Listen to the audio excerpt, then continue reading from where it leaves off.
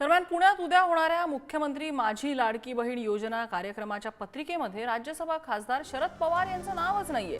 मुख्यमंत्री आणि दोन्ही उपमुख्यमंत्री या कार्यक्रमाला उपस्थित राहणार आहेत। तसंच पुण्यातल्या सर्व खासदार आमदार सुद्धा या कार्यक्रमाला उपस्थित राहतील।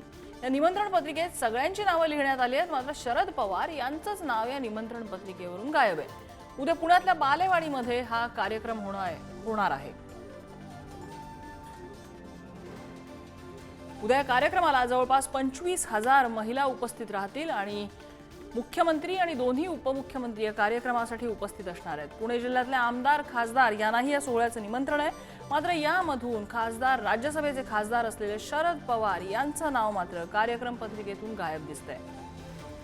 ही नजरचूक आहे की मुद्दाम केलेलं हे पाहावं लागणार आहे। या संदर्भात स्पष्टीकरण आलं नाही। ज्ञानेश्वर चौतमल आपल्याला अपडेट देत आहेत। ज्ञानेश्वर, बरोबर आहे, उद्या लाडकी बहीण कार्यक्रमामध्ये आहे। मुख्यमंत्री दोन्ही उपमुख्यमंत्री या कार्यक्रमाला उपस्थित असतील।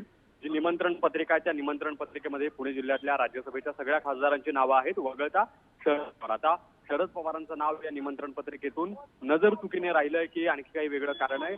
प्रोटोकॉल ऑफिसर जे त्यांच्याशी देखील आपण बोलण्याचा प्रयत्न केला, पण अद्याप संपर्क झालेला नाही। मात्र जिल्ह्यातल्या इतर राज्यसभेच्या खासदारांची नावं कार्यक्रम पत्रिकेमध्ये दिसत आहेत, पण शरद पवारांचं नाव नसल्यानं सध्या चर्चेचा विषय हा कार्यक्रम पत्रिकेचा ठरलेला आहे। बघावं लागणार आहे यामध्ये काही दुरुस्ती होते की कार्यक्रम पत्रिका आहे तशीच पुढे राहते।